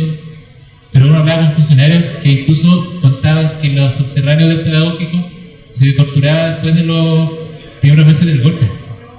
Entonces, claro que todavía quedan barreras que cruzar, capas de olvido que nos han puesto como sociedades. Yo creo que puede parecer mucho 50 años, pero la verdad es que es poco al lado de todo lo que ocurrió en Chile. Yo creo que eso también es un desafío. O sea, cuando escuchábamos acá, claro que tiene que ser importante para la dictadura intervenir la UTE, como bien dijo Mónica, pero también la biblioteca, y no dejar huella de ello. Justamente a lo que apuntó la dictadura fue a no dejar huella material de muchos de esos crímenes. Han pasado muchos años, pero quizás todavía nosotros podemos encontrar estrategias para soltar. ¿Qué querías decir? Un comentario con respecto a lo que decía el profesor, y que tiene que ver con que creo que una de las batallas perdidas más difíciles o que se nos van a hacer más difíciles con los años de poder revertir en la batalla cultural. Creo que fue uno, ¿cierto?, de los golpes más fuertes que se le hizo a la sociedad chilena, y de eso podemos encontrar múltiples ejemplos de las características de la sociedad actual, y que lógicamente también se reflejan en la universidad, que digamos parte de la sociedad donde está inserta, y que tiene que ver con eso que decía el profesor, con la ignorancia, el desconocimiento, el desinterés, ¿cierto?, con respecto a los lugares donde uno habita, lo que ha pasado en esos lugares donde uno hace su vida cotidiana, pero que están cargados de memoria, que no conocemos. Bueno, claro, la universidad cuenta con esta unidad de archivo patrimonial, pero realmente no da abasto como para poder abarcar a todos los jóvenes que entran a estudiar cada año, etcétera. Pero también quiero rescatar que probablemente las respuestas o las soluciones a ese tipo de problemas están dentro de nuestra propia historia como universidad. Por ejemplo, si se fijaron en muchos de los títulos que yo nombré de la editorial UT, eran libros de ciencias sociales, humanidades, que estaban dirigidos principalmente a los estudiantes de ingeniería. Esta universidad, hasta en esa época, no tenía carrera, además del IPT, que era para formar profesores que iban a trabajar después en colegios técnicos, no tenía carreras de las ciencias sociales o de las humanidades, pero sí se preocupó de establecer dentro, por ejemplo, de la Facultad de Ingeniería, un departamento de ciencias sociales con el objetivo de que los estudiantes, además de incorporar conocimientos que tenían que ver, ¿cierto?, con la especificidad de su carrera y de su posterior profesión, ¿cierto?, de que tuvieran una visión de la sociedad y pudieran entender también todo lo que estaba sucediendo a su alrededor. Entonces yo creo que también tiene que ver con lo que decía Mónica, de una voluntad política de poder incorporar, ¿cierto?, y de integrar otras áreas dentro de las carreras, y no solo transformarse en una fábrica de profesionales, que es lo que está pasando con las universidades hoy día, y que también, claro, si vamos un poco más al fondo, también es muy conveniente al funcionamiento del sistema. Entonces yo creo que, claro, quizás no hay que ir muy lejos para buscar algunas soluciones, sino que adentrarse en la historia y en la memoria de las propias instituciones y de los lugares que habitamos permanentemente.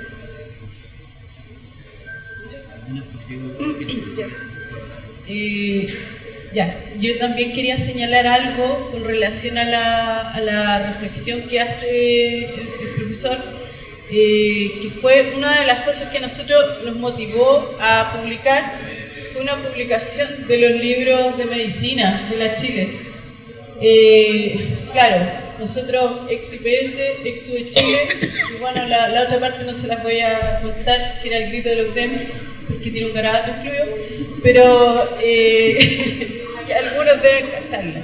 Pero el tema de que quemaran libros en medicina nos llamó, dentro de lo que nosotros habíamos estudiado, de que la Universidad de Chile tenía tantas bibliotecas especializadas que quemar libros en medicina era como, o sea, y nos encontramos con libros quemados de teatro, libros quemados en matemáticas, libros quemados. Entonces, claro, o sea, no es solamente el hecho de que los libros se convierten en un enemigo peligroso, pero los libros, por ejemplo, que eran editados o que venían de China, nos contaban nuestros colegas, o rusos, también eran tomados como enemigos. ¿Ya? Nosotros investigamos a la Universidad de Chile porque, claro, nosotros como estudiantes de la UTEM éramos como el cuerpo fantasma de esta Universidad de Chile, de esa raíz que se buscaba. Entonces, en el fondo nosotros también necesitábamos conocer esa historia y saltarnos un poco las barreras de generar como estudiantes productos y de pasar por la universidad sin aprender realmente lo que es una universidad, sino que dejar algo. Y esa era nuestra intención, y de hecho nuestra tesis fue la primera que se hizo con humanidades. O sea, la Escuela de Bibliotecología con humanidades. Y fue de investigación histórica. Entonces, claro, tiene que ver, nos han invitado hartos colegas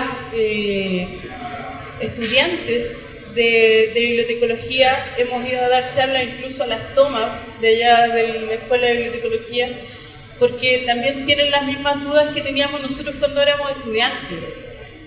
Era este cuerpo fantasma, esta carrera que exiliaron de la Universidad de Chile y que las mandan a una universidad que es de los quintiles más pobres. O sea, de verdad que sigue ciertas lógicas. Y eso me gustaría hacer ese alcance, y que claro, quisieron tapar ciertas cosas, exiliar conocimientos, así como borraron el mural de Mata, que también fue parte de esta operación limpieza. Nosotros hablamos acerca de la operación limpieza por un libro que nosotros leímos acerca del golpe estético, el golpe estético de la dictadura, de la moneda, esa moneda con las alas de la libertad, todo ese cambio que intentaron hacer de poner justamente una cultura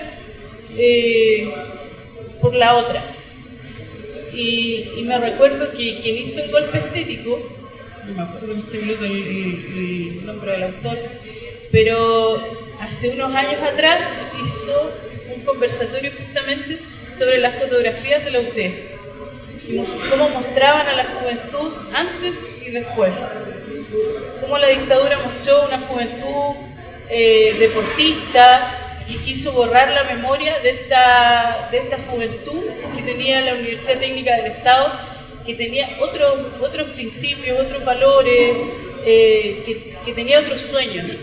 Entonces, a lo mejor sería bueno que lo en realidad solamente eso quería intervenir.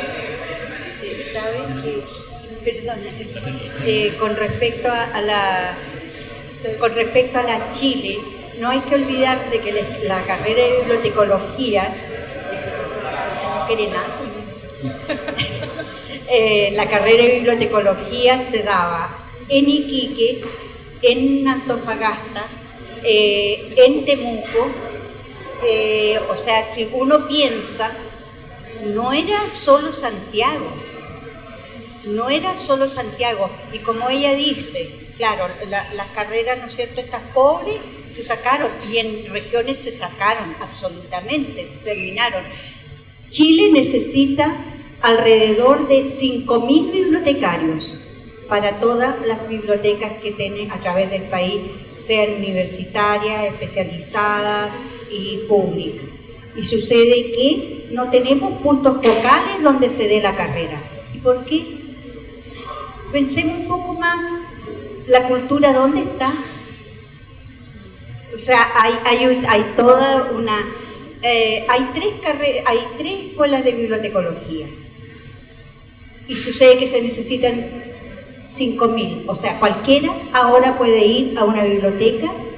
El obrero o el campesino o todo merecen una atención de segunda clase. Pensémoslo así dentro de esta... Porque somos una disciplina.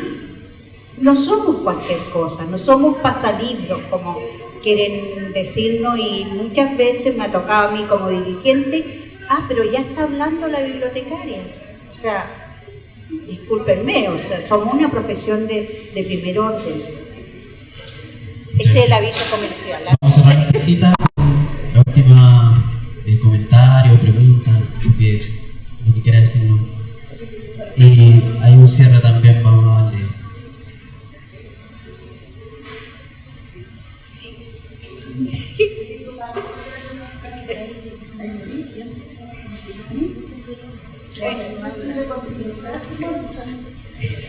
Yo soy parte historia viviente de la biblioteca de la Universidad de Chile hasta el año 2010. A mí me tocó ahí. Sí, ahí sí. Bien, bien. Me tocó vivir, bueno, cuando trabajábamos como voluntarios, en esos horarios tan largos, extensos, llegamos a ser 81 funcionarios en la biblioteca central, digamos, porque teníamos que trabajar para todas las sedes. Éramos muy cosmopolitas. Acá llegaron funcionarios de Argentina, de Perú, de Suiza o Suecia, si yo me confundo, de Nueva Zelanda. Y resulta de que cuando llegaron, mucha gente, nos tocó, hubo una selección a dedo, quienes se iban, quienes se quedaban. Y nos tocó descubrir que muchos de estos compañeros que teníamos, incluso en extranjera, que era la linda Helen, como y resultó ser una invitada del cine. Otro colega, otro compañero que era administrativo, no sé si te acuerdas, Mónica de Sangüesa. Sí. Él era aquí, decía, abogado del MIT, y al final era un invitado. Su padre era un generalísimo del ejército. Pasaron muchas cosas. Tuvimos que trabajar después de la vuelta con militares dentro de la universidad. Bueno, en todas las reparticiones de la universidad en realidad. Y también nos tocó, realmente me tocó seleccionar libros junto a alguien que me acompañaba, recorriendo las estanterías para sacar todo aquel material que era legado. Entonces todo lo que era sociología, filosofía, curiosamente nos hicieron sacar libros de la editorial MIT, que eran de matemáticas, física, pero eran de la editorial MIT, pero bueno, no se podía hacer nada y seleccionar, sacamos todo eso, tuvimos que sacar todos esos libros, muchos de historia, muchos autores, Karl Marx, a pesar de que volaba, yo era muy ingenua, soy tontona, y me dijeron que somos una biblioteca, o sea, como biblioteca corresponde la lectura, sea del lado que sea, no estamos viendo colores políticos. Sin embargo, bueno, tengo que sacarlo. Se llevó todo este material a una pseudo colega que había a la entrada de la universidad en la calle de España, que eran de madera, así como unas chiquitas, y curiosamente se incendió. ¿Qué pasó? Nunca supimos, pero se incendió. O sea, yo soy partícipe de estas cosas que nos tocó vivir. Y bueno, evidentemente que también después tuvimos la selección del material bibliográfico de la porque ya se han estrenado, o sea, no podíamos llegar y comprar tampoco. Así que les quería dejar un poquito esa historia y además contarles que yo en la biblioteca central se guardó el seguimiento de la revista de la editorial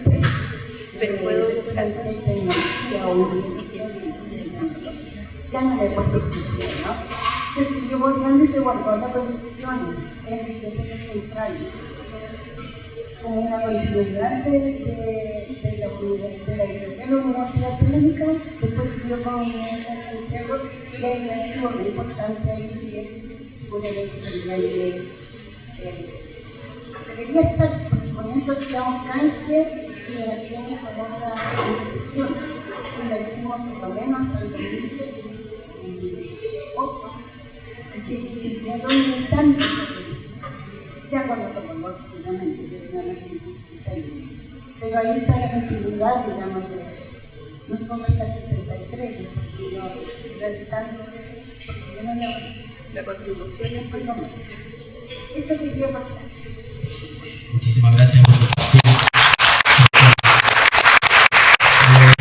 Vamos a dejarnos de las panelistas unas palabras de cierre y luego invitarlos a seguir reflexionando en torno a estos temas en el café que les tenemos invitados. No sé si todos quieren dar unas palabras muy breves o unos dar el cierre. Yo solo dejarles invitados a que visiten nuestra página web, que nos contacten, cualquier duda, necesidad de investigación que tengan, estamos siempre disponibles para poder ayudarles. Y bueno, reitero, muchas gracias por la realización de este conversatorio, me pareció muy necesario, muy interesante, y gracias por considerar al Archivo Patrimonial en la actividad.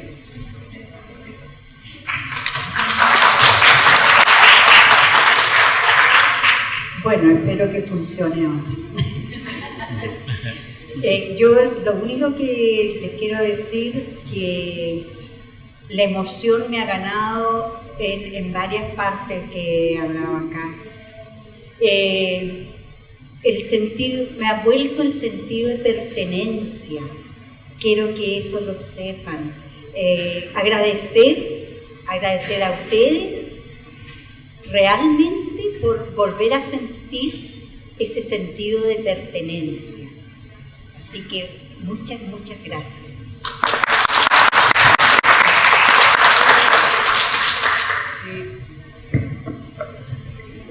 Yo reitero los agradecimientos a la Biblioteca Central por esta actividad. Creo que es fundamental la memoria para combatir el olvido, para combatir todas estas cosas que ya han ocurrido en la historia de Chile, para que esto no vuelva a ocurrir, porque, claro, o sea, si empezamos a despreciar un poco la vida o empezamos a creer que las cosas se solucionan solamente con violencia, estamos retrocediendo de forma inevitable. Entonces tenemos que hacer estos ejercicios de memoria, recordar que ya existieron las fake news y que las combatimos. O sea, la gran fake news de la historia de Chile fue el Plan Z. Entonces, y ya nosotros pudimos sortearlo y salir de eso. Y ahora nosotros también tenemos ese deber como sociedad. Entonces, les agradezco y valoro mucho esta invitación. Le contaba a José que yo estaba muy emocionada de volver acá, porque, como les contaba en un inicio, este fue mi primer trabajo, estuve acá. Quiero mucho a la universidad, entonces les mando un fuerte agradecimiento y nada, cuenten con nosotros.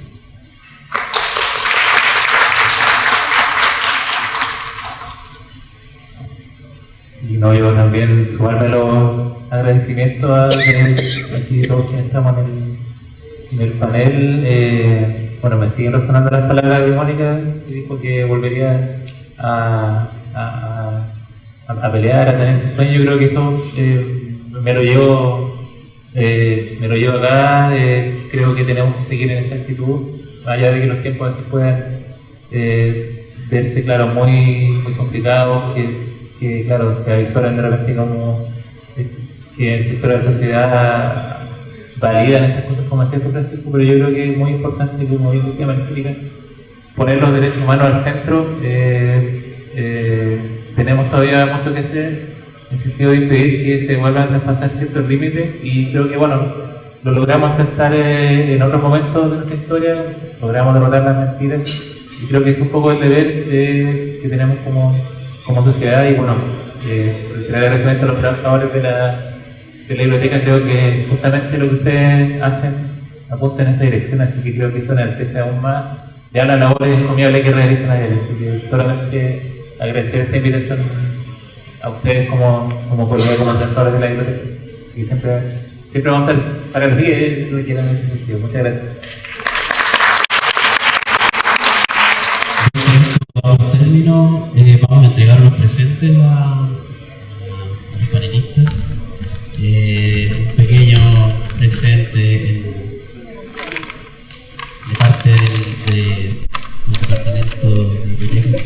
Gracias. Y invitarlos a todas y todos a seguir participando de las actividades de la Semana del Libro. Nos quedan conversatorios, talleres, mañana tenemos la elaboración del libro, así que nos quedan muchas cosas en torno a este objeto cultural que nos apasiona tanto a todos. Y ahora invitarlos a ir a refrescarse, tomar un café y poder seguir platicando sobre estos temas. Muchas gracias.